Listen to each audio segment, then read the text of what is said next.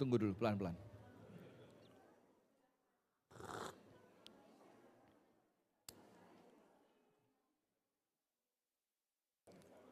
Mana baristanya ini? Perlu ditatar kayaknya.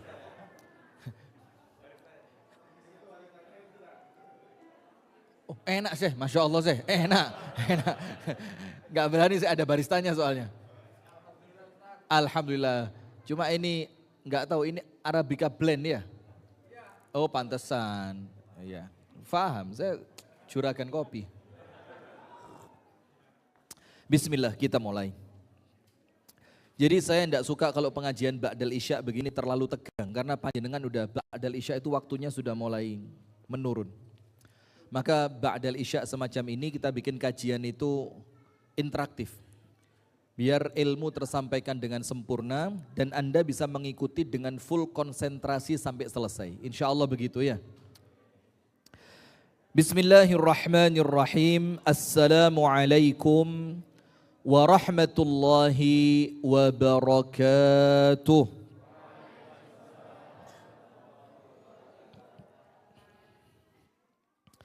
Bismillahirrahmanirrahim. Alhamdulillahi rabbil alamin.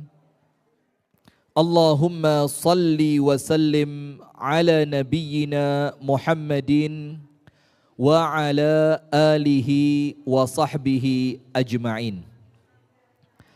A'udzu billahi minasy syaithanir rajim. Ya ayyuhalladzina amanu taqullaha haqqa tuqatih wa la tamutunna illa wa antum muslimun. Allahumma anta rabbi la ilaha illa anta khalaqtani wa ana 'abduka wa ana ala ahdika wa wa'dika mastata'tu. A'udzu bika min syarri ma sana'tu abu'u laka bi ni'matika 'alayya wa abu'u bi dhanbi faghfirli. Fa innahu la yaghfiru adh-dhunuba illa anta. Allahumma inna nas'aluka ilman nafi'a wa rizqan tayyiba wa amalan mutaqabbala. Amin ya rabbal alamin. Hadirin sekalian, ibu-ibu dan bapak-bapak, teman-teman serta adik-adik sekalian, jamaah salat Isya dan pengajian Masjid Baitul Muttaqin, yang semoga kita bersama oleh Allah benar-benar dicatatkan menjadi orang yang muttaqin. Karena syurga itu Allah menyebutkan di dalam Al-Quran, u'iddat lil muttaqin. Allah siapkan untuk siapa? Orang-orang yang bertakwa. Maka insya Allah jamaah Baitul Muttaqin ini semuanya masuk syurga. Amin ya rabbal alamin. Tapi tetap syarat dan ketentuan berlaku. Tidak ada, cuma-cuma itu tidak ada. Maka dengan itu ada satu makna takwa dari salah seorang sahabat Nabi yang bernama Abdullah ibnu Mas'ud radhiyallahu anhu. Abdullah bin Mas'ud radhiyallahu anhu ketika menafsirkan ayat ittaqullaha haqqa tuqatih, bertakwalah kepada Allah dengan takwa yang sebenar-benarnya takwa. Yang dengan ketakwaan itu akan mengantarkan kita masuk ke dalam syurga. Itu kata Abdullah ibnu Mas'ud, takwa sebenar-benarnya takwa itu kriterianya 3. Berapa jamaah? Bu, berapa? 3. Anda jangan ngode-ngode yang macam-macam ya. 3 ini bukan jumlah istri atau apa. 3 kriteria takwa menurut Abdullah ibnu Mas'ud. Yang pertama, an yuta'a fala yu'sa. Ikhtiar terus taat dan jangan maksiat. Jadi bukan kemudian Anda tidak maksiat loh ya. Karena maksiat itu sesuatu yang memang melekat dalam diri manusia. Ada kemaksiatan mata, lisan, pikiran, tangan, kaki. Tapi apa? Kita ikhtiar agar ketaatan kepada Allah itu menjadi ciri khas kita. Fala tu'asa, dan jangan bermaksiat kepada Allah. Itu kriteria takwa nomor 1. Nurut, jangan protes sama Allah. Tinggalkan larangan Allah dan jangan didekati. Nomor 1. Taat dan tidak maksiat. Yang kedua, wa an yudhkara fala yunsa. Takwa kepada Allah dengan sebenar-benarnya takwa itu ingat kepada Allah dan tidak lupa kepadanya. Maka kriteria orang yang bertakwa nomor 2 itu lisannya tidak pernah kering dari zikir. Orang kalau lisannya itu kering dari zikir, maka jangan sok-sokan ngomong bertakwa. Enggak. Karena takwa itu menurut Abdullah ibnu Mas'ud yang kedua adalah senantiasa mengingat Allah dan tidak pernah melupakan Allah. Dan yang ketiga, wa an yushkara fala yukfar. Senantiasa mensyukuri nikmat Allah dan tidak pernah kufur. Maka apabila Anda memiliki yang 3 ini, taat dan tidak maksiat, ingat dan tidak lupa, kemudian syukur dan tidak kufur, maka Anda dapat ittaqullaha haqqa tuqatih. Dan kalau yang 3 ini panjenengan bisa melakukan dengan istiqomah sampai wafat, Allahumma amin, maka jaminannya insya Allah masuk ke dalam syurga. Amin ya rabbal alamin. Inna lil muttaqina mafaza hadaiqa wa a'naba wa kawa'iba atraba wa ka'san dihaqa la yasma'una fiha lagwan wala kidhdhaba jazaan min rabbika ata'an hisaba. Itulah syurga yang di dalamnya apa? Semua kenikmatan, semua bentuk keberuntungan itu ketemu di syurga. Kemudian saya mau menafsirkan ini kok takut sama ibu-ibu. Kenapa ditaruh atas? Kalau enggak cocok sedikit mereka itu ngelempar gelas dari atas. Jangan Bu ya, tolong panitia gelas diamankan. Makna yang kedua, innalil muttaqina mafaza hadaiqa wa a'naba. Mereka punya kebun-kebun dengan tanaman anggur yang subur. Wa kawa'iba atraba. Kawaib, antum tahu arti kawaib? Kawaib itu bentuk jamak dari kata kaib. Kaib itu, maaf ini saya nggak ngomong porno. Insya Allah Anda cek track record saya di dunia dakwah. Anti saya ngomong porno dalam dunia dakwah itu enggak. Tapi arti kata kaib atau kawaib itu artinya apa? Al-mar'atu murtafi'atu thadi. Perempuan yang dadanya itu terangkat. Wa kawa'iba. Atrabat. Senyum. Masya Allah. Jadi pengen cepat mati kalau gini. Yang kemudian apa? Atraba. Atrab itu apa? Atrab itu mutawasiyah fissin, usianya sebaya. Wa kawa'iba atraba wa ka'san dihaqa. Gelas-gelas minuman yang begitu menyenangkan. La yasma'una fiha lagwa wala kiddzaba.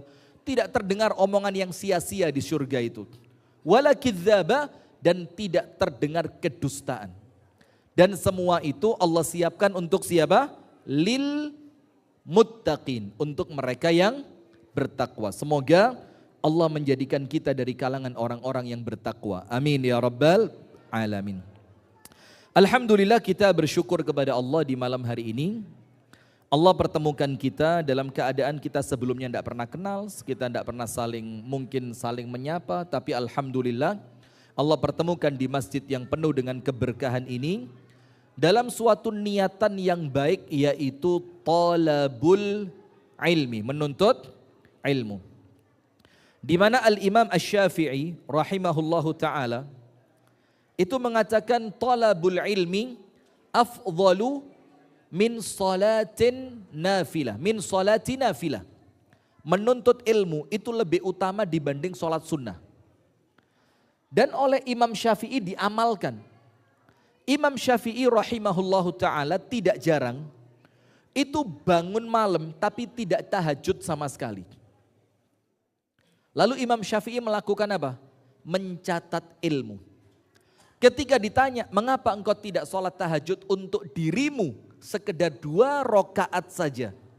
Sisanya gunakan untuk ilmu. Kata Imam Syafi'i, sholat itu hanya untukku, sementara ilmu itu untukku dan untuk orang setelahku.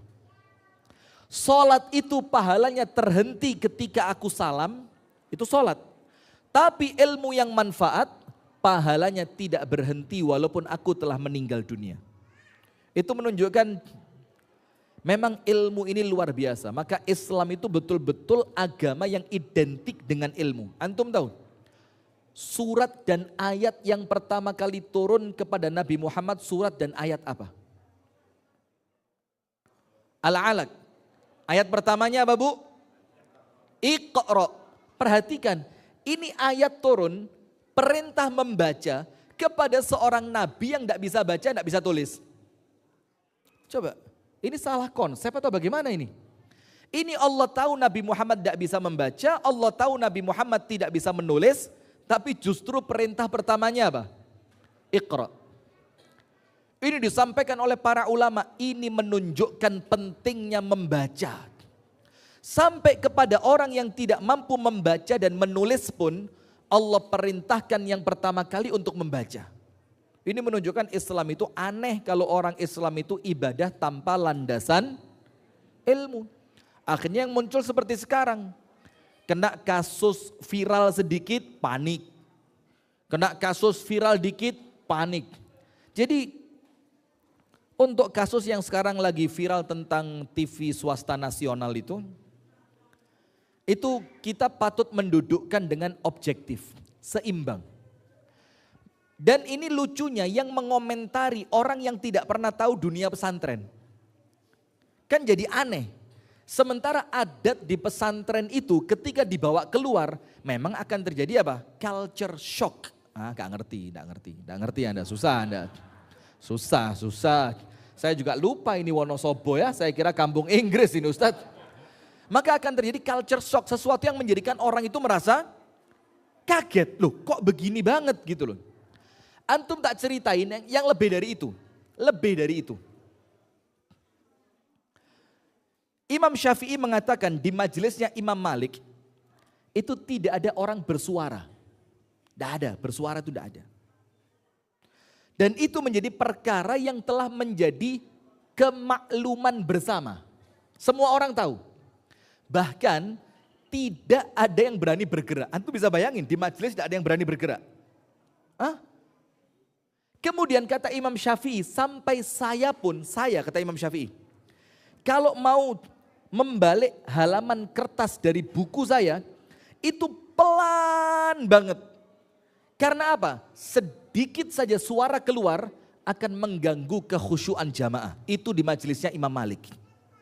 Dan tidak seorang pun murid Imam Malik itu berani mengangkat kepalanya. Ini tradisi yang memang ada di dalam dunia keilmuan. Antum tahu omongannya Ali bin Abi Thalib, ana abdun liman 'allamani harfa. Aku, kata Ali bin Abi Thalib, menjadi budak. Untuk siapa? Seorang yang mengajarkan kepadaku 1 huruf saja. Aku menjadi budaknya. Lah sekarang ini tidak ngerti ilmu, tidak ngerti adab, yang dingomentari orang-orang yang hidup di dunia ilmu. Nah sementara yang lain coba, Al-Imam Ibnu Hazm dan yang lainnya, itu kalau datang ke majelisnya, mejanya siap, sendalnya dibawain, kudanya dijagain. Ketika mereka pergi tanpa menyapa, langsung pergi, semuanya siap. Itu kebiasaan yang biasa di kalangan ulama salaf. Tentang bagaimana seorang murid menghargai gurunya. Bahkan Imam Syafi'i kalau sekedar salam tempel kepada guru, maka saya tadi ketemu salah satu tokoh di sini. Dia bilang apa? Sekarang Ustadz sudah enggak ada Kiai Basiroh, itu enggak ada. Basiroh itu mata batin. Sudah tidak ada Kiai Basiroh, sekarang adanya Kiai Bisharoh. Berat juga ini ya. Kiai Basiroh nggak ada, adanya Kiai Bisharoh. Tahu Bisharoh? Amplop. Nah, sudah sampai Imam Syafi'i ketika tinggal di Irak, Basrah. Sama ibunya dibilang suruh pulang. Ibunya tinggal di Mekah. Antum tahu enggak cerita perjalanan ilmunya Imam Syafi'i? Gaza, lahir, belum genap balik digendong sama ibunya ke Mekah. Di Mekah pinter, sama ibunya disuruh pindah ke Madinah mendatangi majelisnya Imam Malik. Di tempatnya Imam Malik kelihatan pinter, sama Imam Malik dikirim ke Syam, ke tempatnya siapa? Rabi'atul Ra'i Ibn al-Farruh. Antum diceritain aja enggak ngerti, mau sok ngeritik pesantren. Rabi'atul Ra'i Ibn al-Farruh, tapi di tengah jalan ternyata dapat kabar Imam Rabi'ah meninggal dunia. Enggak jadi berangkat, akhirnya Imam Syafi'i tinggal ke Irak. Lama tinggal di Irak, sampai jamaah haji dari Irak itu ke Mekah. Ibunya Imam Syafi'i mendengar dari kalangan jamaah haji Irak itu. Qala ustadzuna wa imamuna wa muallimuna Muhammad ibnu Idris Syafi'i. Dikatakan oleh guru kami, syekh kami, imam kami Muhammad ibnu Idris Syafi'i. Al-Ghazi Al-Makki. Lahir di Gaza, tinggal di Mekah. Ibunya dengerin, kok kayak nama anak saya ini. Didengerin lagi, lah itu nama anak saya. Datanglah ibundanya Imam Syafi'i kepada kelompok orang-orang Irak itu. Bilang, itu yang kamu sebut siapa? Ra'suna, kepala kami itu. Kepala kami. Siapa namanya? Muhammad ibnu Idris Asy-Syafi'i. Mauluduhu fi Gaza wa aishuhu fi Makkah. Tinggalnya, lahirnya di Gaza, tinggalnya di Mekah. Ibunya bilang apa? Lah itu anak saya. Orang Irak tidak percaya. Ngaku-ngaku. Emang orang kalau lagi terkenal banyak yang ngaku keluarga. Kan gitu ya. Sudah diceritainlah cirinya segala macam. Oh betul, terverifikasi. Iya kan? Terverifikasi. Ini bukan seperti yang palsu-palsuan, ini asli ini. Oh ini betul ini. Terverifikasi, ini ibunya Imam Syafi'i. Terus ibunya Imam Syafi'i bilang apa? Sudah, nanti kalau kalian balik ke Irak, bilang sama anak saya, ibunya minta dia pulang. Antum tahu ketika Imam Syafi'i ngomong, bulan depan saya pulang ke murid-muridnya. Setelah laporan dari ibunya datang. Itu murid-muridnya urunan, ngerti urunan? Patungan, sum-suman, patringan, bantingan, apa lagi? Ayo teruskan sampai selesai waktunya ini, ayo. Kita latihan vocabulary kayaknya ini. Sudah, kumpulkan, dikumpulkan. Ada yang ngasih puluhan ekor unta. Ada yang ngasih belasan kuda, ada yang ngasih kain-kain sutra, ada yang ngasih emas dan perak. Luar biasa. Sampai bulan depan ketika Imam Syafi'i pulang, bawaannya Imam Syafi'i itu seperti kafilah dagang. Ini cerita terverifikasi, Syekh. Bukan cerita dongeng. Jadi budaya bagaimana murid itu apa? Bisyarah tadi lah, bukan basiroh. Bisyarah tadi itu sudah sesuatu hal yang lazim.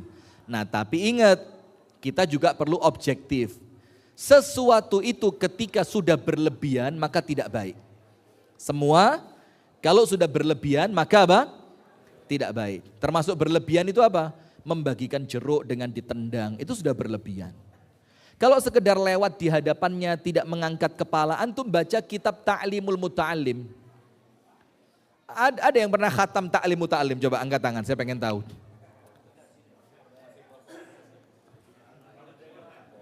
Sebesar ini masih proses. Masya Allah. Ya enggak apa-apa ya, menuntut ilmu kan kapan saja boleh kan? Kenapa? Baru bab 2, syaraful ilmi, keutamaan ilmu. Masuk sih ini saya. Sebulan sekali lagi, sampai kiamat kayaknya enggak akan khatam itu. Udah sebulan sekali kadang-kadang ustadznya enggak masuk. Masya Allah tepat. Sudah dalam kitab Ta'limul Muta'allim itu ketat sekali, ketat sekali. Nah tapi maaf, kita ulang sekali lagi, Kalau sudah melampaui batas normal dan wajar, ya tentu tidak baik. Ya benda, tidak baik. Maka ayo bismillah. Perkara-perkara semacam kehidupan yang lazim di dunia pesantren, sekarang kita perlu hati-hati. Kenapa? Sekarang ini zamannya ini loh Pak. Posting viral rame. Posting viral rame. Sementara zaman dulu tidak ada yang seperti ini. Maka tentu dari pihak pesantren juga harus menjadi bahan apa ini? Bahan evaluasi. Jangan sampai terkesan apa? Berlebihan. Baik.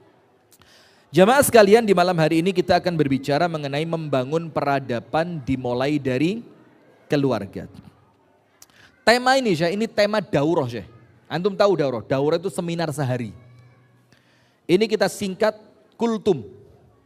Kuliah terserah antum. Ya mau sejam ya sejam 10 menit, pokok terserah antum. Tapi insya Allah saya akan lihat kondisi jamaah. Kalau jamaah kelihatan masih meripatnya seger, semangat, kita lanjut sampai sahur. Tapi kalau kemudian panjenengan udah mulai kelihatan, udah maka itu tandanya udah selesai. Oh tandanya ngopi, siap, jazakallah khair. Tolong barista. Baik jamaah sekalian, kita awali. Yang pertama,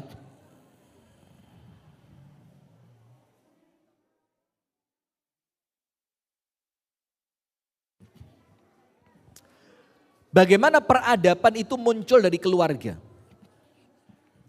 Sebelum kita masuk mengenai kriteria dan tahapannya, antum perlu buka dulu dalam surah Al-Furqan. Surat apa?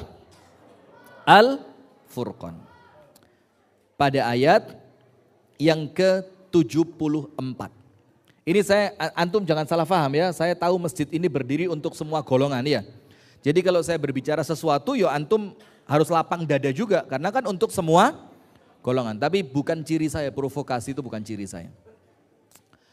Ketika kita ini semua, tiap 5 tahun, panik cari presiden, panik. Yang dukung ini berarti tidak pro-Islam. Kalau dukung ini berarti Islami banget. Waduh, tiap 5 tahun. Kita ini dihadapkan dengan suatu masalah yang menjadikan umat Islam ini senantiasa ribut gara-gara pilihan presiden. Dan subhanallah antum lihat, adakah yang lahir benar-benar dari rahimnya Islam? Tidak ada.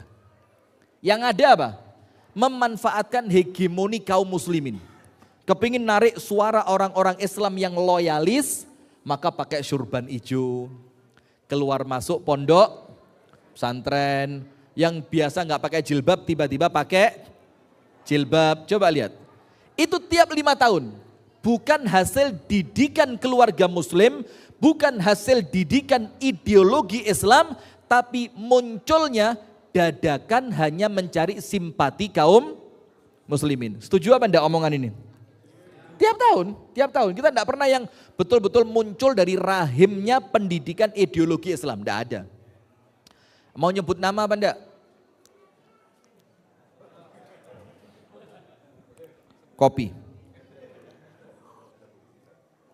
Antum tahulah mulai pemilu tahun berapa lah. Setiap paslon pasti nanti dikesankan yang ini Islamis, yang ini anti Islam. Padahal dua-duanya enggak ada yang kemudian betul-betul ideologis secara Islam. Antum buka surah Al-Furqan ayat 74. Ternyata mendidik pemimpin itu diawali dengan harmonisnya rumah tangga. Dan itu jelas dalam Al-Quran, saya enggak omong kosong. Antum buka dalam surah Al-Furqan ayat berapa? 74. Allah subhanahu wa ta'ala berfirman, وَالَّذِينَ يَقُولُونَ رَبَّنَا هَبْ لَنَا مِنْ أَزْوَاجِنَا وَذُرِّيَّاتِنَا قُرَّةَ أَعْيُنٍ. Setelahnya apa? وَجَعَلْنَا لِلْمُتَّقِينَ إِمَامًا. Nah ini yang betul ini. Ini tadi yang blend. Saya mau yang pure Arabica. Yes, thank you very much, Mister. Masya Allah. In English, okay? Thank you very much. Oh, luar biasa. Coba dulu, bismillah. Mana baristanya? Ini baru kopi. Kopi itu digiling bukan digunting. Lanjut. Sekarang lihat ibu-ibu. Sebelum Allah mengatakan wa ja'alna lil muttaqina imama, ayatnya yang awalnya apa? Rabbana hablana min azwajina. Nomor 1. Allah mencari orang tua yang ideal. Rabbana hablana min azwajina, yaitu pasangan hidup. Jadi tidak akan muncul pemimpin-pemimpin yang ideal membangun peradaban kedukuran, ngerti kedukuran? Sok-sokan ngomong peradaban, rumah tangganya hancur, tidak ada. Maka Allah mengatakan dari awal tahapannya apa? Rabbana hablana min azwajina. Yang kedua, anak turunnya pilihan. Kalau orang tuanya keren, maaf ya, kita kan punya pepatah, buah jatuh tidak jauh dari pohonnya. Itulah, maka sekarang lihat, saya kasih contoh. Saya kasih contoh begini. Rasulullah dalam hadis riwayat Al-Imam At-Tabrani itu melarang perempuan bodoh menyusui anak. Hadisnya ada dan derajatnya hasan. Jadi perempuan yang, maaf ya, apa bahasa yang bagus ya? Ibu-ibu, perempuan bodoh nggak boleh nyusuin anak. Oh ketawa Anda, alhamdulillah saya bodoh. Itu Rasulullah mengatakan, naha Rasulullah an tustarda'al hamqa. Rasulullah itu melarang anak kecil disusui oleh ibu yang bodoh. Para sahabat tanya, ya Rasul, apa urusannya?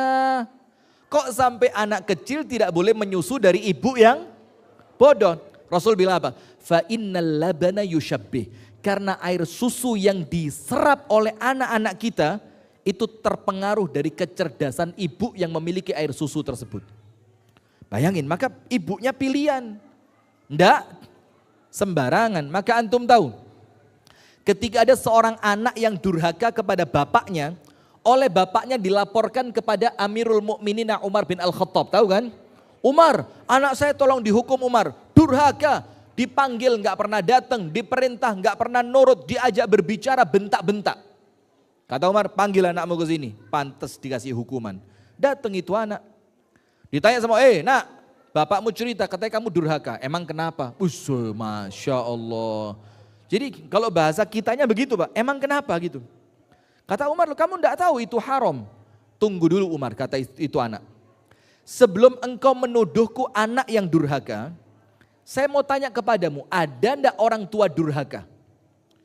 Jadi tunggu dulu jamaah, jangan tiba-tiba anak kita nakal, kita pukul, kita marahin. Coba beli cermin. Anda dulu kecilnya siapa? Kecilnya rajin ngaji apa enggak? Anda itu dulu sama orang tua nurut atau gampang bentak-bentak. Maka semua itu tentu ada pengaruhnya, enggak bisa. Maka Salahuddin Al-Ayyubi itu ketika milih pasukan perang untuk membebaskan Baitul Maqdis, itu dicek mulai bapak ibunya. Enggak ujuk-ujuk ngelihat badannya gede, cocok jadi panglima perang. Dicek bapak ibunya. Kemudian ditaruh di camp. Jadi ditaruh di camp pelatihan. Setiap malam Salahuddin keliling tenda. Kalau ada tenda yang penghuninya baca Quran, sholat tahajud, doa, dikasih nomor tendanya, seret. Besok lanjut pada tahap berikutnya. Kalau ketemu tenda yang malamnya orang itu tidur, ngorok, nggak bangun, atau bangun tapi nggak ngapa-ngapain, dikasih tanda, besok pulangin. Maka Salahuddin ketika lihat tenda yang isinya orang sholat tahajud, bilang apa? Ja'a an-nasr min hahuna. Kemenangan itu akan datang dari tenda ini. Ketika yang lain, kemudian tendanya isinya orang tidur, sama Salahuddin dicoret. Dibilang apa? Akhsha an takunal hazimatu min hahuna. Saya takut kekalahan itu muncul dari penghuni tenda ini. Jadi tidak ujuk-ujuk ngomong peradaban, tapi kita mendidik anak dengan instan. Anda kira miongklo instan? Masuk 10%. 10%. Ndak ada didik anak instan. Dari mana ceritanya? Wong melahirkan aja berapa bulan? 9. Terus Anda kepingin anak Anda tiba-tiba hebat sekejap mata. Rabbana hablana min azwajina wa dzurriyyatina qurrata a'yun. Langsung tiba-tiba anaknya qurrata a'yun. Ndak ada. Tahu ibundanya Imam Bukhari mendoakan Imam Bukhari sampai matanya kembali melihat. Berapa tahun? Lebih dari 7 tahun. Imam Bukhari itu lahir meripate buta. Tidak bisa ngelihat. Kalau sampai akhir Imam Bukhari itu buta terus, kita tidak akan menikmati kitab yang namanya Sahih Al-Bukhari atau kitab Al-Adabul Mufrad. Tidak akan kita baca itu. Bagaimana ceritanya kok bisa? Ibunya istiqomah tahajud. Diawali dari orang tua. Ibunya istiqomah tahajud. Tuhuran am haidhan. Baik dalam keadaan suci atau dalam keadaan haid. Gimana antum? Gimana sholat tahajud waktu haid itu Ustadz? Kok waktu haid tetap sholat tahajud? Dirubah. Kalau suci dia bangun jam 1 sampai subuh. Kalau haid dia tetap bangun jam 1 sampai subuh. Tapi sholatnya diganti zikir dan doa. Tetap bangun. Ibunya lihat. Kita istri haid libur semuanya. Gak mau masak, gak mau mandi. Ya, nganter anak sekolah gak mau. Tahu kan perempuan haid? Tahu kan perempuan kalau PMS suka ambekan. Ntar kalau orang di jalan tiba-tiba ngebel saya tampar gimana? Mendingan kamu aja yang nganterin. Coba perempuan gitu ngomong membangun peradaban. Aduh pret. Orang tua harus panjenengan ngerti kalimat rekoso ndak? Nah, orang tua harus rekoso jamaah karena Al-Furqan 74 itu diawali azwajina, orang tua dulu. Orang tua dulu. Itu ibundanya Imam Bukhari tiap malam bangun dan doa yang paling diharapkan oleh Allah diterima satu. Apa itu? Allahumma rudda basara ibni. Ya Allah, kembalikan pandangan mata anakku ini. Sampai di suatu malam ibunya tahajud ketiduran. Kalau kita tidur sampai enggak tahajud kan? Ini tahajud kemudian ketiduran. Ketemu Nabi Ibrahim dalam mimpinya. Dibangunkan. Istaiqidhi ya ummah fa innallaha qad radda basara ibnik. Bu bangun. Ibu bangun. Kenapa? Karena Allah telah mengembalikan pandangan mata anakmu. Bangun ibunya. Imam Bukhari di sampingnya dibangunin. Matanya mau dicolok. Ternyata Imam Bukhari menghindar. Langsung ibunya sujud syukur. Berapa tahun? 7 tahun. Istiqomah tahajud. Ibunya Imam Syafi'i tahu? Tidak berhenti puasa sunnah Daud. Maka kalau punya anak sekelas Imam Syafi'i, pantas apa tidak? Nah gitu yang semangat. Ini anak yang protes karena tahu ibunya gak pernah ngapa-ngapain ini. Memang kalau anak itu jujur banget emang, Masya Allah. Baitul Muttaqin loh ini. Tapi saya anggap itu jamaah luar itu ya. Jamaah luar. Sudah?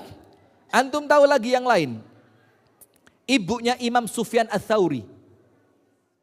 Al-Imam Sufyan Ats-Tsauri, ibunya itu apa? Khayyat. Khayyat itu tukang jahit. Atau mikhzal. Mikhzal itu tenun. Ya antara tukang jahit atau tenun lah. Yang gampang kita katakan tukang jahit saja. Itu ketika Imam Sufyan Ats-Tsauri masuk umur 6 tahun. Itu Imam Sufyan Ats-Tsauri lahir bapaknya wafat. Imam Syafi'i lahir bapaknya wafat. Imam Malik lahir bapaknya wafat. Imam Ahmad lahir bapaknya wafat. Imam Sufyan Ats-Tsauri lahir ayahnya sudah wafat. Didikan siapa?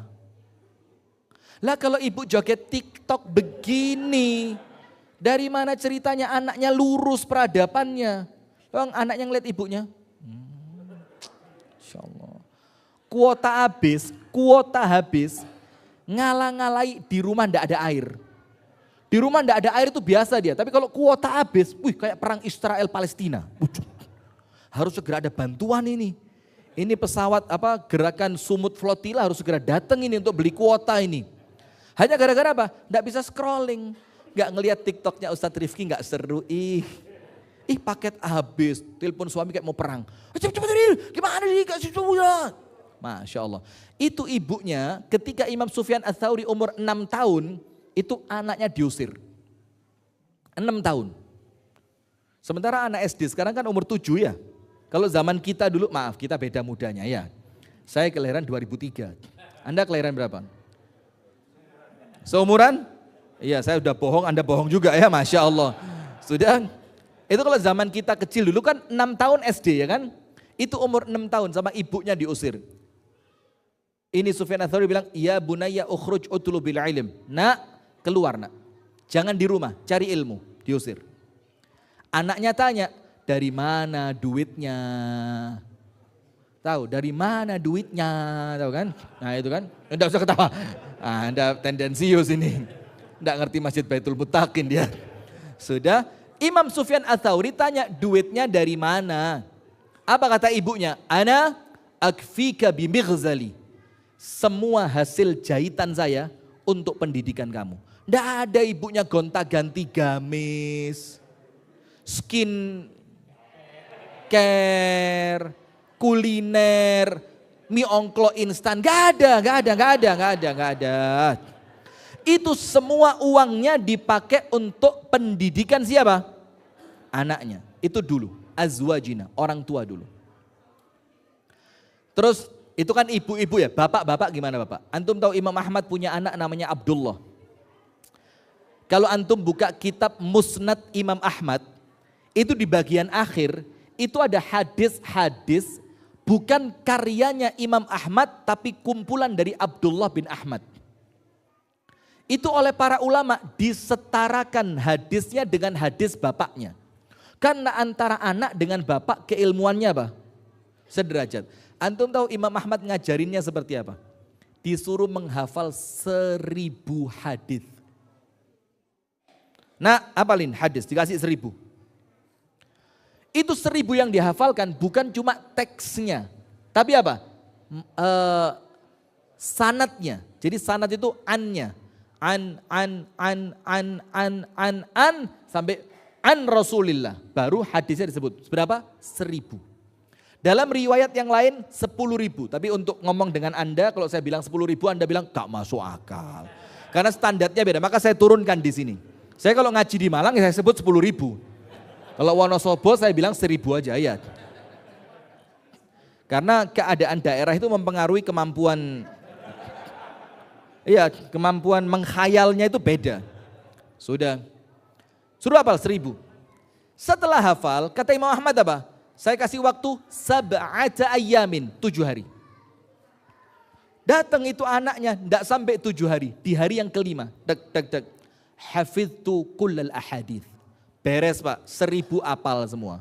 Dicek sama Imam Ahmad, dibolak-balik matan dan sanatnya. Sanat hadis ini ditaruh di hadis yang satunya. Kata anaknya, bukan begitu pak. Matan hadis ini, sanatnya ini. Kalau sanatnya ini, matannya ini, Anda kebalik. Suruh baca, apal 1000. Apa kata Imam Ahmad? Nak, barakallahu laka fi hifdzik. Semoga Allah memberkahi ilmu dan hafalanmu nak. Setelah itu apa? Innal ahadits allati hafidtaha kullaha dha'ifah. Nak, 1000 hadis yang telah kamu hafalkan semua tadi, itu semuanya enggak boleh dipakai nak. Karena hadisnya lemah. Coba kalau kita disuruh apalan sama bapak kita ternyata tidak bisa dipakai. Apalan susah-susah, setelah apal hadisnya apa? Lemah. Kecewa enggak ini Abdullah ini? Kecewa. Dia bilang sama bapaknya, Pak, kenapa enggak yang sahih yang dikasih buat saya? Bapaknya bilang apa? Supaya kamu tahu nak, bagaimana beratnya mencari ilmu. Kamu 1000 dapat doif semua, tapi kamu gak kemana-mana. Saya kata Imam Ahmad, pergi jalan 3 bulan, pulang lagi 3 bulan, cuma dapat 1 hadis setelah dicek doif. Gimana? Kamu 1000 gak kemana-mana, saya jalan 3, balik 3, dapat cuma 1 dicek. Coba mana lebih berat? Itu bagaimana orang tua dulu harus pantas jadi orang tua yang memiliki anak perubah peradaban. Jadi orang tua ya harus keren. Harus apa? Keren. Antum buka Al-Kahfi. Yang biasa sunnah dibaca di hari Minggu itu ya. Apa? Oh Jumat, belum ngantuk berarti. Ya. Al-Kahfi. Ada cerita tembok milik dua anak yatim kan? Yang tembok itu mau roboh. Kemudian oleh Sayyiduna Khadir dan Nabi Musa, tembok itu diperbaiki tanpa bayaran. Padahal sebelumnya Khadir datang ke kampung itu minta makan, gak dikasih. Nabi Musa protes, bah Khadir, lau syi'ta lattakhadta alaihi ajra. Khadir, kalau kamu mau memperbaiki tembok ini, itu bisa dapat bayaran. Nanti bayarannya kita pakai beli makan. Coba, kata Khadir apa? Wah ini udah murid gak tahu diri nih. Sudah dibilang kalau mau ikut jangan tanya apapun. Ternyata tanya 3 kali, anak kecil, kenapa dibunuh? Perahu, kenapa dirusak? Tembok, kenapa diperbaiki? Kata Jibril, kata Khadir, hadza firaqu baini wa bainik wa sa'unabbi'uka bi ta'wili ma lam tastati' alaihi sabra. Aku akan ceritakan sama kamu tentang tembok tadi. Ternyata apa? Wa ammal jidaru, adapun tembok itu milik 2 anak yatim di kota ini, wa kana tahtahu kanzun lahuma. Di bawah tembok itu ada harta peninggalan orang tuanya anak yatim ini. Kenapa oleh Allah hartanya diselamatkan? Jawabannya cuma satu. Wa kana abuhuma salihah. Karena kesolihan bapaknya. Karena apa? Kesolihan bapaknya. Apa kata Imam Ibnu Katsir? Salahul aba yuhfadu bihil abna. Kesolihan orang tua menjadikan Allah menjaga anak-anaknya. Dan itu padahal bukan bapaknya langsung. Al-abu as-sabi', bapak yang ke-7. Nah sekarang dari mana kita mau ngomong merubah peradaban dari keluarga? Bapak ibunya sholat subuh telat. Tahajud gak pernah. Baca Quran Ramadan tok, itu pun 3 hari pertama. Cuma bulan Ramadan di 3 hari yang. Nah maka itu poin pertama. Rabbana hablana min azwajina. Baru kemudian kalau azwajnya baik, bapaknya baik, ibunya baik. Maka oleh Rasulullah dihati-hatiin banget bagaimana cara milih suami dan istri. Tidak boleh macam-macam. Kalau perempuan, lihat cantiknya, hartanya, hasabnya, dan agamanya. Rasul bilang pilih apa?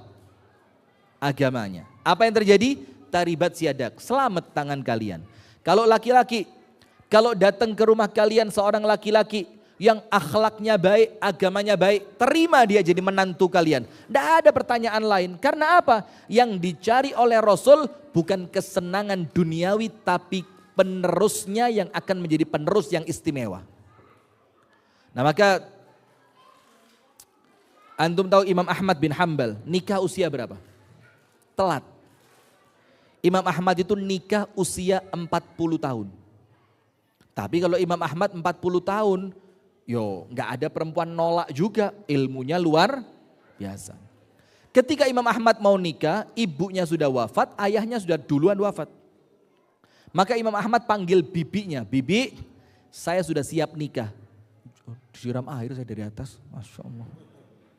Bibi saya siap nikah, carikan perempuan yang pantas buat saya. Datang bibinya.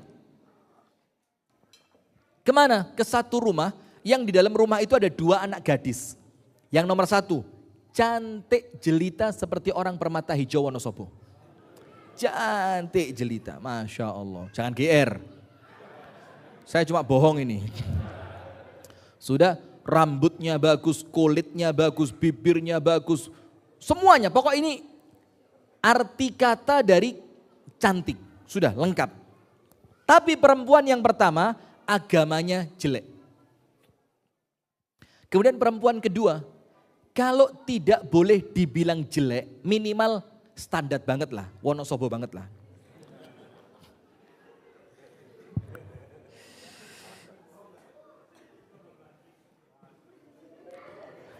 Baru di sini loh orang dihina bahagia itu baru di sini.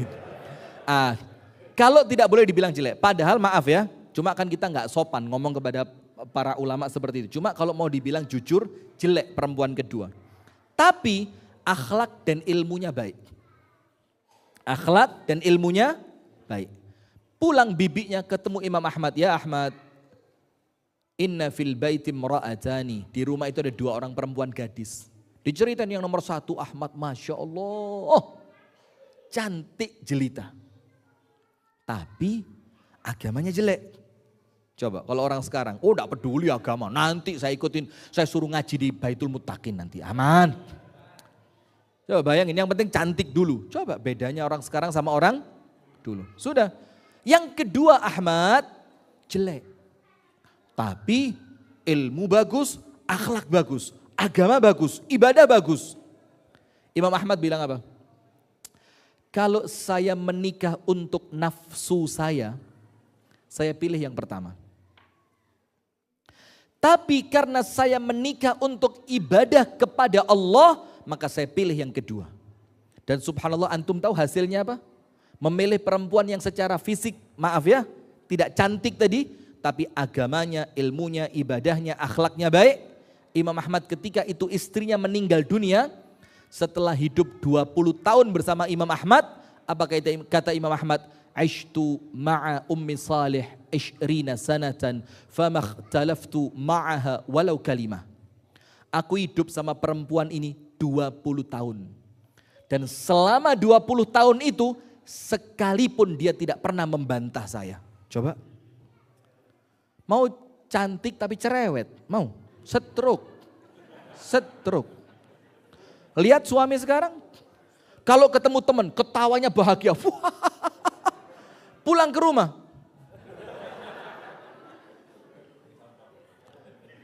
Saya punya teman yang biasa pegang kamera ini. Lah, bukan yang ikut, sedang tidak ikut beliau. Istrinya sedang HPL, mudah-mudahan lancar kelahirannya, amin. Kakaknya beliau ini, kakaknya Abu Shanum. Sudah, itu bilang ngini loh Tat. Ini pakai bahasa Jawa ya. Bahasa Inggris, maaf, pakai bahasa Inggris. Ngini loh Tat. Wong lanang iki Tat. Lek disentak bojone Tat, goblok dadak. Istri teriak sekali, kak! Itu langsung, saya siapa? Saya di mana? Kamu siapa? Istrinya megang gelas, gak usah drama. Oh iya, ingat. Nah, Masya Allah, istrinya Masya Allah, panglima perang semua ini. Suami kayak orang ditagih utang. Lah bagaimana ceritanya? Sudah, ini 20 tahun Imam Ahmad hidup sama dia. Tidak pernah membantah sekalipun. Dan lahir anak bersama Abdullah tadi, bernama Abdullah tadi. Yang memiliki keilmuan di dalam hadis setara dengan Imam Ahmad. Nah, baru kemudian wadzurriyatina, anak turun kami. Apa yang kita minta? Qurrata ayun, penyejuk mata, penyejuk hati. Baru setelah itu terbentuk, Allah mengatakan waja'alna lil muttaqina imama, dan jadikan kami ya Allah, kami di sini siapa? Orang tua yang baik, anak turun yang baik. Pantasnya jadi apa? Lil muttaqina imama. Dan perhatikan ayat ini. Rasulullah SAW tidak pernah mengajarkan kepada umatnya untuk berebut jabatan. Iya Pak ya? Tidak ada umatnya disuruh rebutan jabatan, tidak ada. Bahkan salah seorang sahabat bernama Abu Dzar Al-Ghifari minta jabatan. Ya Rasulullah, hadza kadza wa hadza kadza wa ana lima la tasta'miluni ya Rasulullah. Si fulan panglima perang, si fulan penjaga Baitul Mal, si fulan utusan ke negeri seberang, si fulan ini, si fulan itu. Saya ama tasta'miluni, kenapa saya enggak dipakai ya Rasul? Dan harapan mereka di zaman itu untuk jadi karyawan itu bukan uangnya, uangnya kecil. Tapi apa? Pengabdiannya kepada Islam dan kaum muslimin. Karena ada hadis, innallaha idza ahabba 'abdan ista'malahu. Ketika Allah mencintai seorang hamba, maka oleh Allah hamba itu dipakai. Maka Abu Dzar merasa, saya kok nggak kepake. Jangan-jangan Allah nggak cinta dengan saya. Maka apa yang terjadi? Dia datang sama Nabi Muhammad. Ama tasta'miluni? Saya kenapa nggak dipakai? Rasulullah bilang apa? Ya Aba Dzar, innaka dha'if wa innaha amanah wa innaha yaumal qiyamati khizyun wa nadamah. Abu Dzar, kamu lemah Abu Dzar. Sementara yang engkau minta ini adalah suatu amanah yang nanti pada hari kiamat akan menjadi penyesalan dan sumber kehinaan. Nah sekarang coba lihat, orang tidak ngerti hadis ini, rebutan jadi pemimpin. Padahal nanti kepemimpinan itu di hari kiamat khizyun, kehinaan, wanadamah, penyesalan. Kecuali orang yang mengambilnya karena memang dia berhak mendapatkannya. Dalam hadis yang lain Rasulullah bilang apa? Barang siapa meminta jabatan sama Allah nggak akan ditolong. Diserahkan urusan sama dia. Tapi barang siapa yang diminta kemudian dia mengiyakan, maka oleh Allah akan ditolong. Tidak boleh minta jabatan itu, tidak boleh. Tapi kenapa dalam Al-Furqan 74 kita malah berdoa, jadikan kami pemimpin untuk orang yang bertakwa. Kenapa coba? Ayo silakan dijawab. Yang bisa jawab hadiah haji tahun depan tanpa antri. Ya iyalah bayar sendiri, masa saya bayarin? Yang bener aja. Ayo. Ini dalam satu hadis, dua hadis, banyak penjelasan Rasul melarang minta jabatan. Tapi dalam ayat ini justru kita berdoa minta jabatan, jadi pemimpinnya orang bertakwa. Coba kenapa? Waduh, tidak ada tisu di sini ya. Salah tempat pengajian kayaknya saya ini. Coba kenapa jamaah? Walah malah ditaruh kameramen. Ayo coba kenapa? Ini Rasul melarang kita minta jabatan, tapi Al-Furqan 74 kita disuruh minta sama Allah.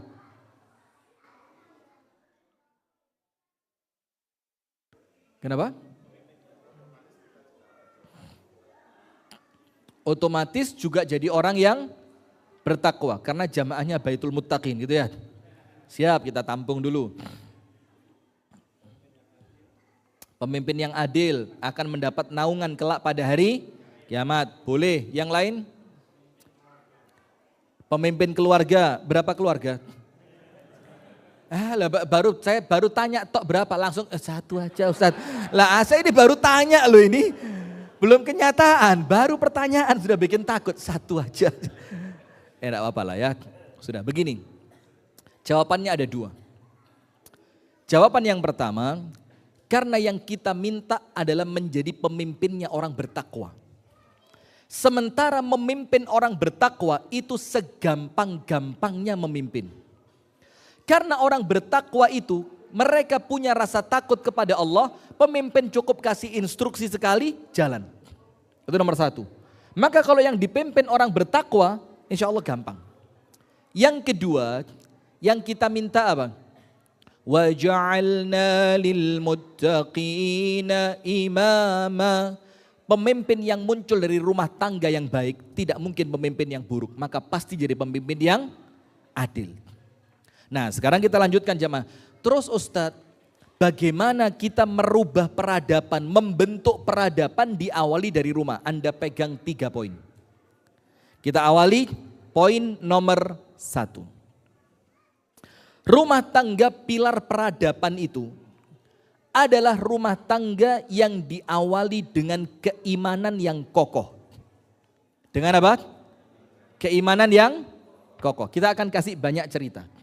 Karena memang saya suka baca cerita dan saya suka cerita itu suka. Karena apa? Cerita itu lebih gampang dicerna. Contohnya begini.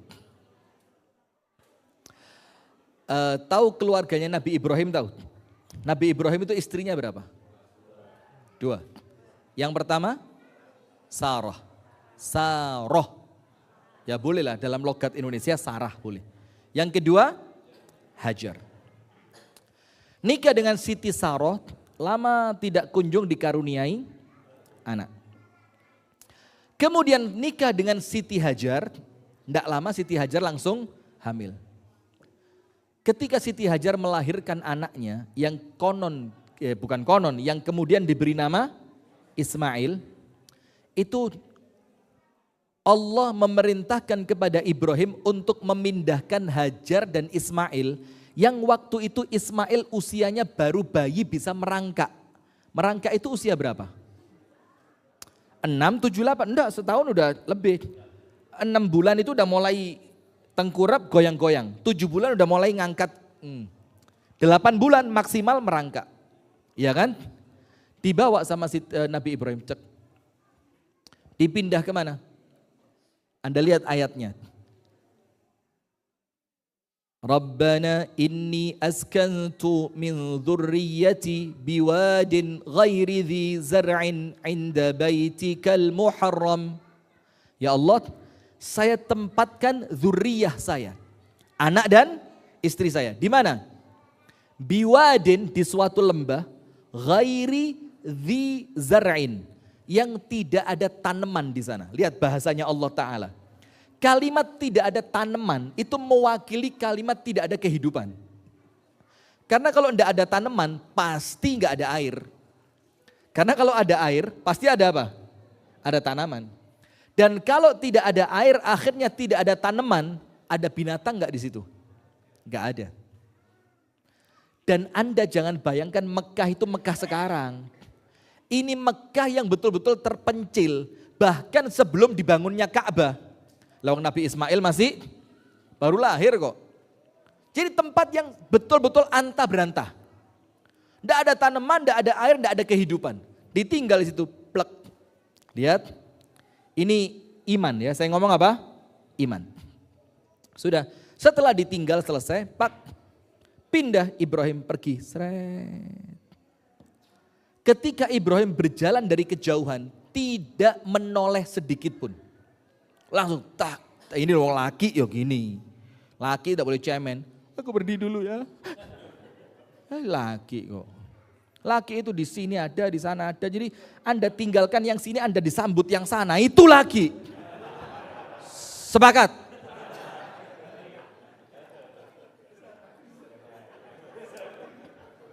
Sudah. Siti Hajar teriak. Teriaknya apa? Ya Ibrahim, Allahu amaraka bihada. Ibrahim, satu aja. Apakah perbuatanmu meninggalkan kami di tempat ini adalah perintah dari Allah? Nabi Ibrahim jawab tanpa menoleh. Ya. Siti Hajar bilang apa? Idhab ya Ibrahim, pergi aja. Lan yudayyi'anallahu abada. Allah tidak akan menyia-nyiakan kita. Pertanyaannya Bu, kok segampang itu Siti Hajar percaya? Kan tanya nih Ibrahim, ini perintahnya siapa ini? Allah bukan? Nabi Ibrahim bilang Allah. Pertanyaan, kok segampang itu percaya? Apa kuncinya? Iman. Ya, tentu iman, tapi ada satu kunci. Kenapa Siti Hajar semudah itu percaya ketika Ibrahim bilang iya, ini perintah Allah. Langsung sudah pergi aja. Kalau begitu Allah tidak akan mensia-siakan kami. Antum buka sejarahnya. Nabi Ibrahim semenjak awal menikah dengan Hajar sampai hari itu tidak pernah sekalipun berbohong.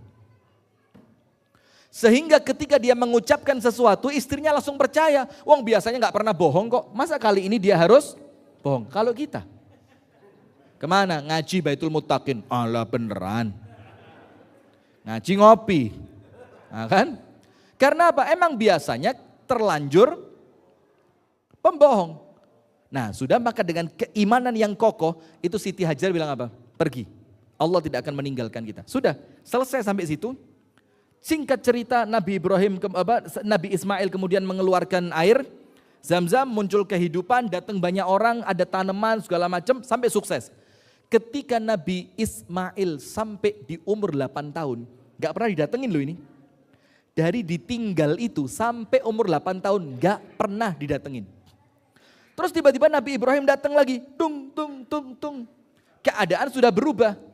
Berubah sudah, ada air, ada tanaman, bahkan banyak manusia yang ikut meminta air kepada Siti Hajar. Sampai kata Siti Hajar, ambil aja yang penting kamu berkhidmat buat saya. Akhirnya sampai mulai megah Mekah itu. Sudah, ketika baru datang, langsung apa? Baru main sehari sama anaknya. Dan istrinya nggak pakai tanya, kemana aja bentar ini 8 tahun. Enak sama istri muda. Tuh Masya Allah. Nggak, ini bukan iman ini. Ini apa ini? Lemah.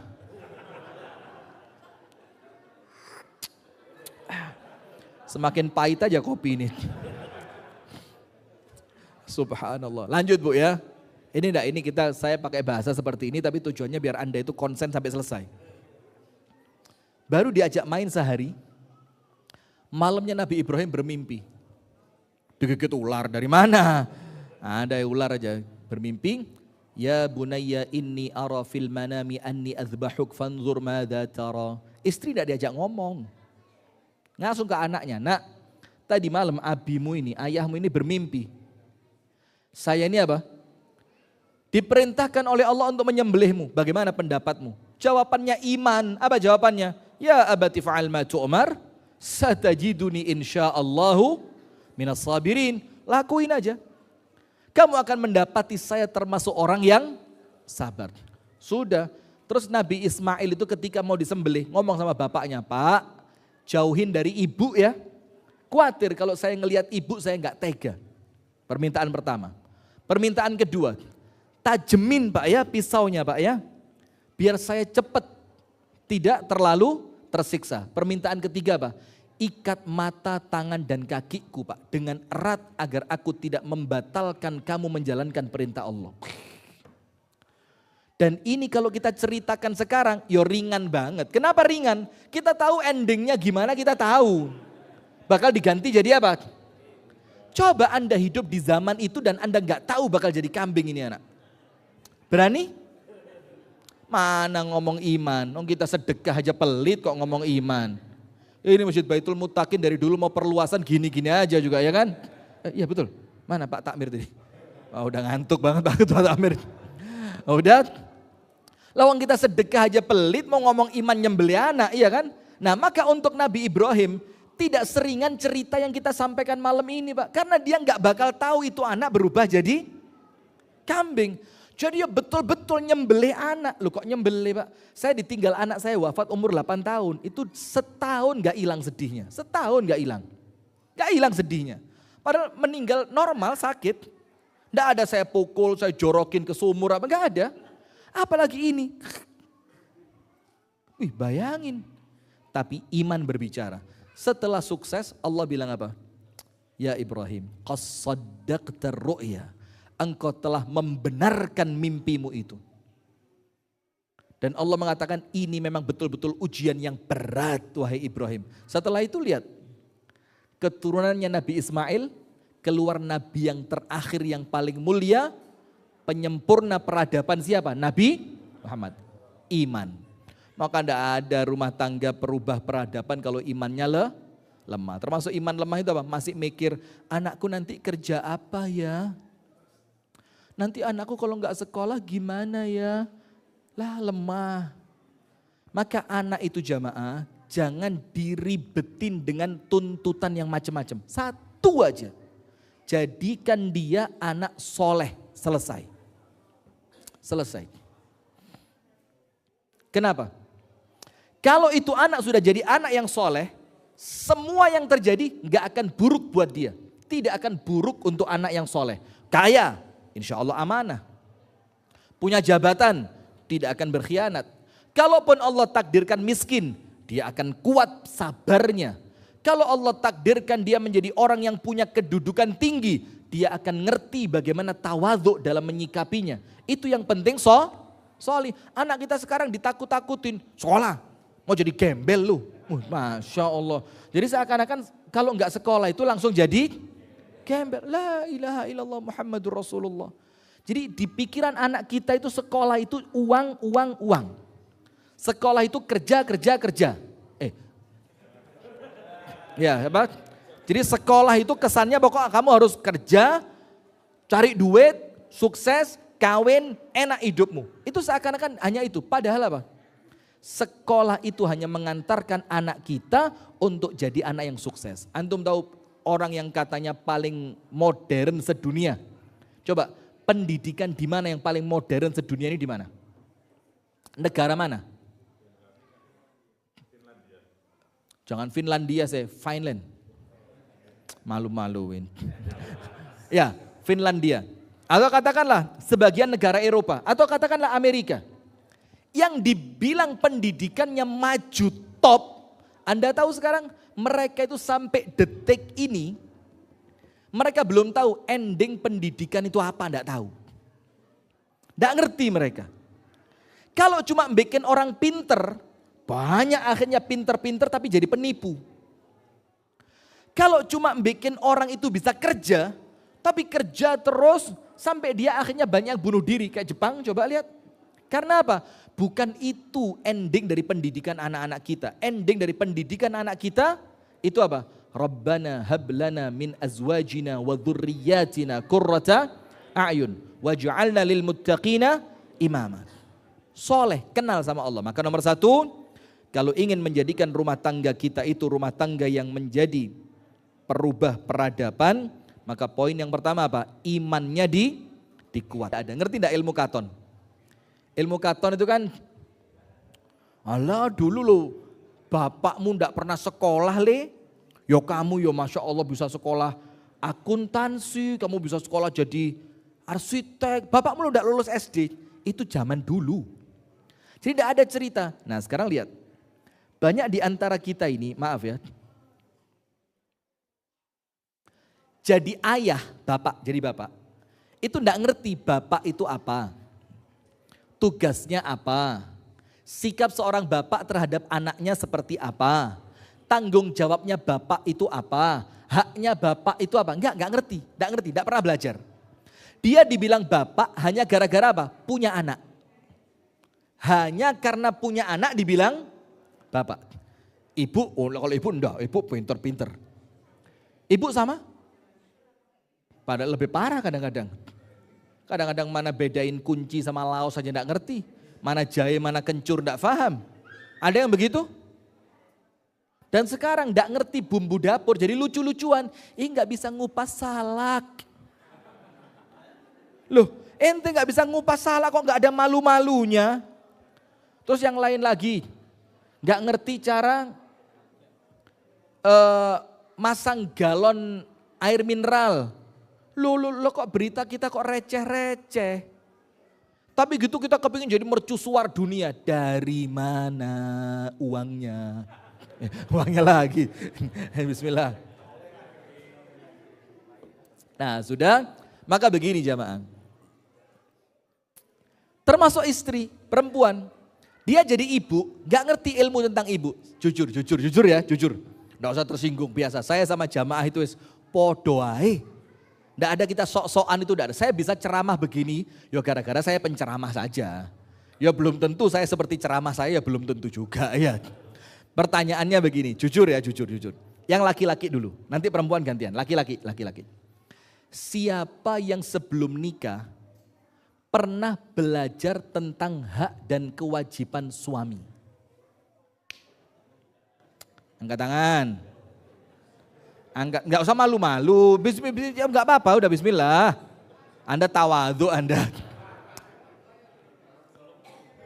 Terus rumah tangga yang penuh dengan lika-liku, ombak, ria, duri, gangguan, ujian, problematika, dinamika yang tidak pernah berhenti, Anda anggap akan sukses tanpa Anda belajar jadi suami seperti apa? Loh, jawab. Loh Anda kok kayak saya tes gitu, jawab. Gimana? Wong jadi suami kok enggak ngerti apa haknya suami, apa haknya istri, bagaimana sikap suami kalau istri seperti ini. Enggak belajar. Ibu-ibu sekarang. Ketawanya enggak enak banget ya. Ibu-ibu, angkat tangan yang sebelum nikah, ngerti apa itu ibu, bagaimana sikapnya istri kepada suami, bagaimana mendidik anak. Angkat tangan yang pernah ikut seminar atau pelatihan atau belajar kelas menjadi istri, kelas menjadi ibu. Anda tahu kenapa saya gini-gini? Pamer cincin. Coba angkat tangan yang pernah ikut sebelum nikah. Yang di atas semangat ngini kabeh. Masya Allah. Anda ngelihat ceramah ya ceramah, betul-betul jangan gini loh. Mek noleh menisor ini. Subhanallah, terus bagaimana ceritanya? Cek, pelan-pelan. Termasuk kita ini jadi ayah, jadi ibu, tidak ngerti apa kewajiban orang tua, apa haknya anak, bagaimana mendidik anak. Sekarang begini, antum tahu ilmu tentang sholat, ini kan masjid untuk semua golongan kan? Gini, kalau tahiyat akhir atau tahiyat awal, jari itu yang betul digerakkan atau berhenti begini? Yang mana? Dua-duanya benar. Ulama fikih nangis deh dengan jawaban antum. Jawaban tidak bermutu. Dua-duanya benar itu loh. Ulama fikih nangis dengar jawaban antum. Loh, mereka itu debat sampai keringet-keringet. Enak, dua-duanya benar. Coba antara yang bergerak dan yang berhenti, mana yang benar? Yang tegak. Ada hadisnya dan hadis ini kuat. Pukulan gerakan tangan kalian untuk setan itu melebihi kerasnya pukulan besi baja. Berarti gerak apa berhenti? Ayo. Penjelasannya jelas ini. Sudahlah intinya itu. Sudah. Kemudian ketika bangkit dari ruku' i'tidal. Itu tangan dikembalikan posisi seperti semula atau turun ke bawah?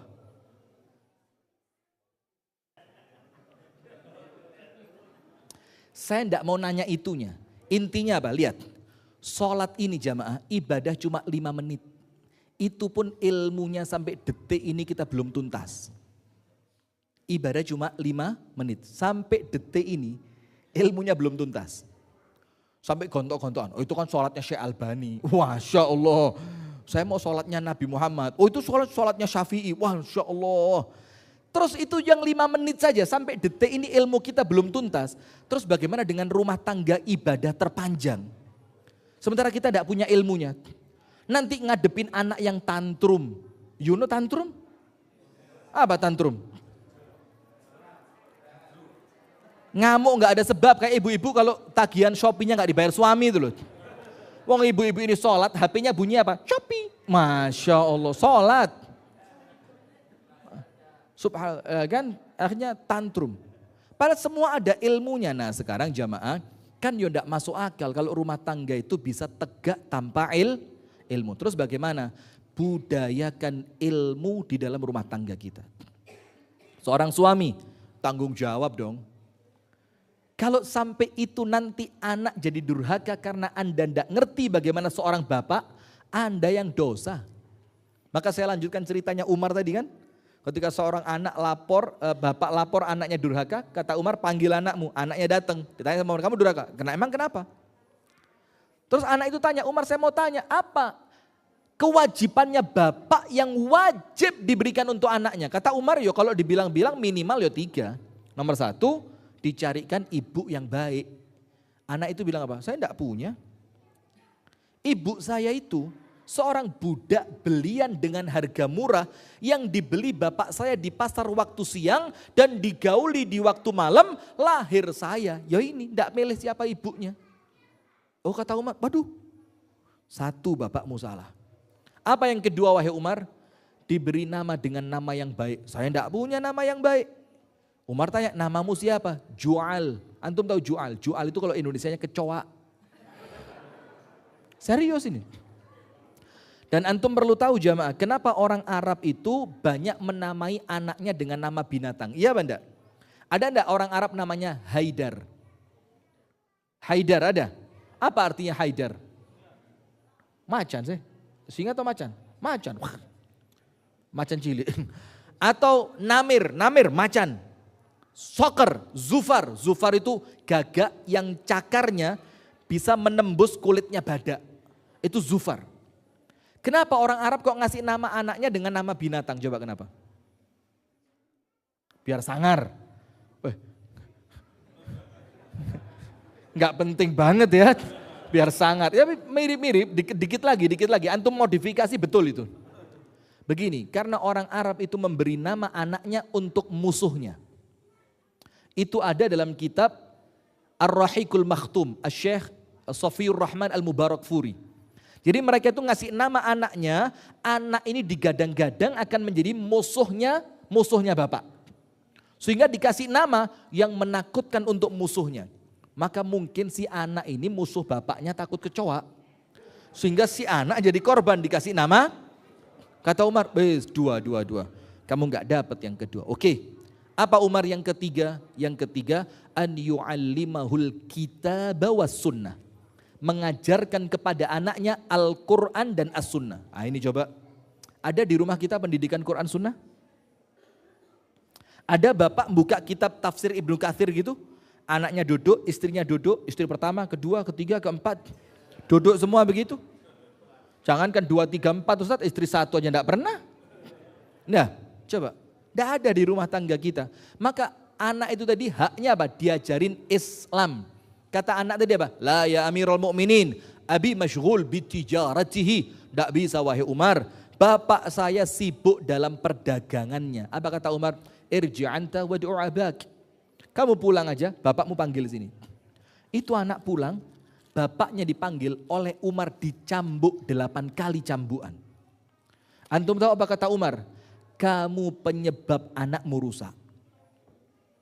Terus peradaban dari mana yang muncul anak rusak gara-gara orang tua tidak ngerti ilmu? Dari mana ceritanya anak bisa dididik kalau orang tua tidak ngerti ilmu? Ada dalam kisah para salaf. Bapak diseret sama anaknya, diikat kakinya. Dalam kisah tabi'in, diseret. Jadi kaki kepalanya di bawah, seret cak. Sampai di suatu tempat si bapak bilang apa? Hasbuka huna ya bunai. Nak, berhenti sampai sini. Anaknya tanya, enak aja, kenapa berhenti sampai sini? Bapaknya bilang apa? Kuntu ajurru jaddaka ilahuna. Karena dulu kakekmu tak tarik sampai sini. Maka sekarang balasan dari kamu, hentikan aku sampai tempat ini. Ini karena tidak punya ilmu. Balas-balasannya sampai seperti itu. Ada dalam kisah tabi'in yang lain, seorang bapak ngelaporin anaknya ke qadhi. Qadhi itu apa? Hakim. Dalam keadaan kepalanya bercucuran darah. Wah, darah semua. Terus hakim tanya, wa ma bi ra'sik? Ada apa kepalamu itu? Dakhaltul baita faramani waladi bil hajar. Saya masuk ke rumah, maka anak saya tiba-tiba ngelempar kepala saya dengan batu. Sebelum anaknya dipanggil, hakimnya tanya dulu sama si bapak tadi. Ya wahai bapak, a'allamtahul kitab was sunnah, pernah enggak kamu ngajarin ilmu agama kepada anakmu?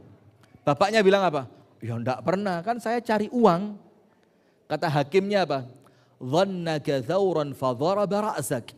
Itu anakmu waktu kamu masuk, kamu dikira banteng.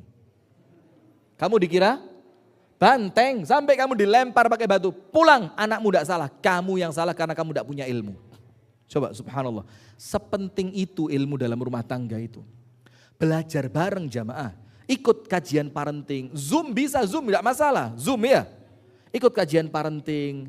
Ini Masjid Baitul Muttaqin mengadakan kajian indahnya rumah tangga dalam naungan poligami, kan gitu bagus. Bikin kajian-kajian semacam itu. Mbak Ketua Takmir, bagaimana usulan diterima? Jangan pura-pura nggak dengar loh ya. Pak Ketua Takmir, ada usulan dari beliau barusan. Bikin daurah di Masjid Baitul Muttaqin dengan tema apa? Indahnya rumah tangga dalam naungan poligami. Disetujui enggak? Setuju saya. Masya Allah. Sudah, maka yang kedua itulah pentingnya ilmu. Jadi kalau mau merubah peradaban di dalam keluarga, budayakan rumah tangga itu budayanya budaya ilmu. Mau makan, ngerti ilmunya. Sampai Nabi Muhammad itu ketika anak tirinya, dalam tanda kutip bahasanya begitu ya, anaknya Ummu Salamah mau makan, namanya Umar bin Abi Salamah. Ketika namanya anak kecil kan, tangannya ke sana kemari. Rasulullah bilang, ya gulam, samillah, wa qul biyaminik, wa qul mimma yalik. Anak kecil, makanlah pakai tangan, ucapkan bismillah. Makanlah pakai tangan kananmu, dan makanlah dari makanan yang dekat darimu. Ilmu. Ketika Rasulullah melihat Abdullah bin Abbas masih kecil, tidur di rumah bibinya yang itu adalah istri Nabi Muhammad. Rasulullah pulang sholat zuhur, sama Rasul ditanya, asallal gulam, anak kecil ini sudah sholat atau belum? Istrinya Nabi bilang apa? Ya Rasulullah masih kecil. Rasul tanya, wa kam umru, berapa umurnya? 7. Langsung muncul ilmu. Apa ilmunya? Muru auladakum bis salati wa hum abna'u sab'in. Wadribuhum 'alaiha wa hum abna'u 'ashrin. Perintahkan anakmu salat ketika umurnya berapa? 7. Dan pukullah. Tapi ingat, pukulannya bukan pukulan yang meninggalkan bekas, bukan pukulan yang menyebabkan cacat permanen atau yang lain, pukulan pendidikan. Wadribuhum 'alaiha. Pukullah anakmu ketika mereka tidak mau sholat, ketika usianya sampai berapa? 10 tahun. Ilmu ini. Kalau tidak ngerti ilmunya ya susah. Maka kata Imam Ghazali, tahapan pendidikan anak itu ada 3. Ada 3. Jadi tahapan pendidikan anak itu ada berapa? 3. Nomor 1, 0 sampai 7. Berapa? 0 sampai 7. Apa 0 sampai 7? Rahmat, kasih sayang, tidak boleh ada perintah, larangan, pukulan, bentakan, teriakan, pelototan mata. Tidak boleh. 0 sampai 7 full kasih sayang. Walaupun kadang-kadang anak kita umur 5 itu kan udah ngerti diajak ngomong kan, tapi nggak boleh diapa-apain. Jangankan sekedar untuk ngembaliin makanan ke tempatnya. Wong sholat aja tidak boleh diperintah kok. Di bawah usia 7. Yang kedua, 7 sampai 11.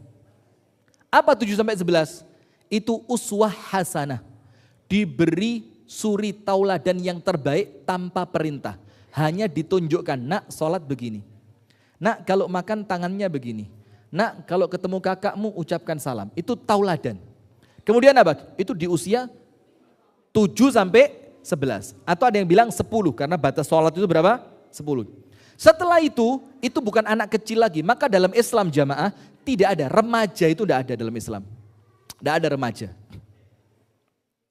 Karena kalimat remaja itu nanggung banget. Diajak ngomong dewasa masih remaja. Diajak seperti anak-anak kok sudah gede juga. Maka dalam Islam tidak ada. Islam itu apa? Prabalek, kemudian balek, dewasa, dan tua. Balek itu, prabalek itu 0 sampai balek. Ya pokok balek ya, berapa kan baleknya. Yang kedua, prabalik. Prabalik itu dalam Islam muda. Mulai balik sampai 40. Apa? Muda. Maka saya ini masih termasuk muda karena saya 27, jadi masih muda. Nggak usah astagfirullah, Anda enggak seneng lihat orang bahagia ya. Memang hati itu kalau terlanjur kotor gitu. Keluarnya itu hasut terus sama orang. Sudah? Dewasa itu balik sampai 40. 40 sampai 60 itulah dibilang balagha asyuddah. Dewasa. Maka kalau cari suami yang dewasa atau yang masih muda? Dewasa dong, yang 40-an kan? Bahaya ini ya. Kemudian 40 sampai 60 dewasa. 60 ke atas tua. Jadi 60 ke atas itu apa? Tua. Kenapa kok batas tua itu 60? Karena rata-rata umatnya Nabi Muhammad itu meninggal di usia 60. Supaya apa? Hati-hati. Nah maka kata Imam Ghazali, itulah tahapannya. 0 sampai 7 sayangin, cium, sayang, gendong, manjain dia. Tapi ya tentu dengan batasan ya, enggak keterlaluan. Kemudian memberi tauladan positif 7 sampai 11. 11 ke atas itu waktunya menggali ilmu dan adanya perintah serta larangan. Adanya perintah serta larangan karena dianggap sudah balik. Nah maka yang kedua jemaah, ilmu. Ilmu ini penting sekali. Ilmu ini penting. Sekarang penutup yang ketiga. Bagaimana kita membangun generasi yang bisa merubah peradaban. Yang terakhir, ats-tsabatu wal istiqamatu fil ibadah. Ketika rumah tangga itu makmur dengan ibadah. Ketika rumah tangga itu apa? Makmur dengan ibadah. Maka perhatikan. Rasulullah bilang apa? Jangan jadikan rumah kalian seperti kuburan. Rasulullah bilang apa? Jadikan sebagian sholat kalian lakukan di mana? Di rumah. Kenapa? Kok harus sholat di rumah? Untuk laki-laki sholat sunnah. Kalau perempuan wajib pun itu jauh lebih utama dilakukan di mana? Di rumah. Banyak faktor. Nomor 1, penerang untuk rumah. terang. Maka Rasulullah bersabda, "Nawwiru buyutakum bis salati wa qiraatil Qur'an." Terangi rumah kalian dengan salat dan bacaan Quran. Rumahnya terang. Dan terang itu jamaah, jangan dibayangkan lighting lampu ini. Terang itu apa? Masuk, tenang. Antum buka dalam Al-Quran. Rumah yang tenang itu, Allahu ja'ala lakum min buyutikum sakana. Sakan apa sakan itu? Tempat tinggal. Allah yang menjadikan rumah kalian sebagai tempat tinggal. Itulah maksudnya rumah yang terang. Sampai rumah nyaman, tenang, gak pengen keluar. Ada enggak bapak-bapak baru nyampe, mandi, ganti baju, keluar lagi? Ada apa enggak? Gak betah di rumah, ada?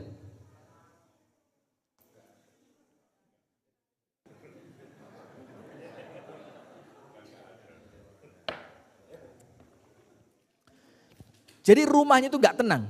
Sementara rumah yang tidak tenang, antum tahu, itu rumah neraka.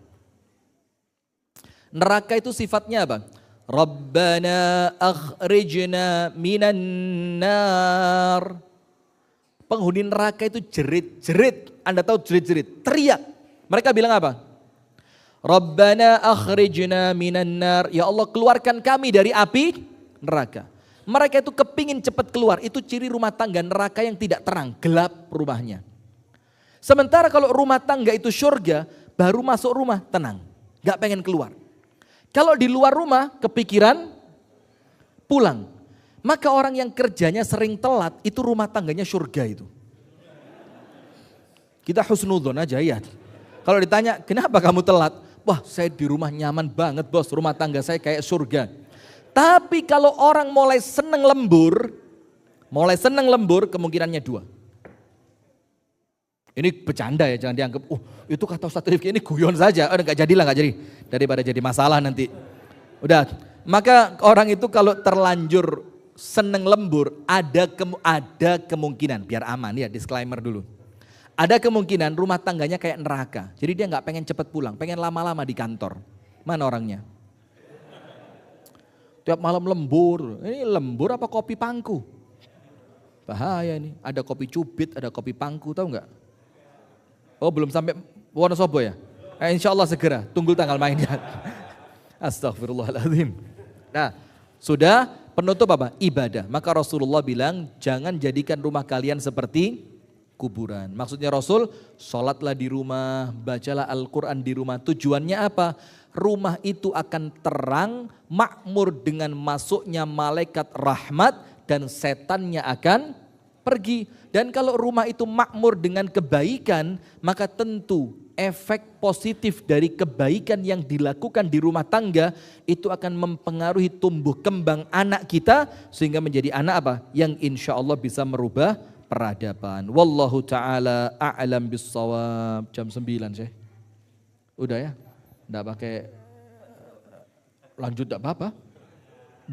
Masya Allah. Saya enggak apa-apa sih, yang penting waktunya cocok. Kalau waktunya cocok, bismillah jalan kita. Udah bercanda, astagfirullahaladzim. Sudah ya, semoga manfaat. Dan apabila ada kurang dan lebihnya saya mohon maaf. Jamaah sekalian, mengenai rumah tangga ini memang penting sekali. Dan enggak bisa memang, mau tidak mau, rumah tangga itu harus diisi orang yang ilmu. Orang yang ibadah, orang yang imannya kuat. Karena apa? Kami ini pernah sekali bikin kajian online, itu full tanya jawab selama 2 jam. Jadi hanya menerima pertanyaan jamaah by phone. No, you know by phone? By phone. Itu dalam waktu 2 jam hanya menjawab 6 pertanyaan, semuanya telepon. Dari 6 masalah rumah tangga yang ditanyakan oleh perempuan-perempuan yang telepon tadi, semuanya ada kasus perselingkuhan. Semuanya. Dari yang 6 yang tanya, semuanya ada kasus apa? Perselingkuhan. Karena apa? Lemahnya iman, lemahnya ibadah, lemahnya ilmu, lemahnya takut kepada Allah. Dan kalau seperti itu, tidak mungkin muncul rumah tangga perubah peradaban, tidak mungkin. Nah itu jamaah sekalian, semoga ada manfaatnya. Dari saya cukup sekian dan saya lihat antum sudah ngantuk semua ini, Masya Allah. Antara antum atau saya yang ngantuk ini. Saya tutup dari kami dengan doa kafaratul majlis. Subhanakallahumma wa bihamdika asyhadu an la ilaha illa anta astaghfiruka wa atubu ilaik. Kurang dan lebihnya mohon maaf. Besok pagi kajian saya di Masjid Al-Arqam, Ahad pagi ya. Assalamualaikum warahmatullahi wabarakatuh.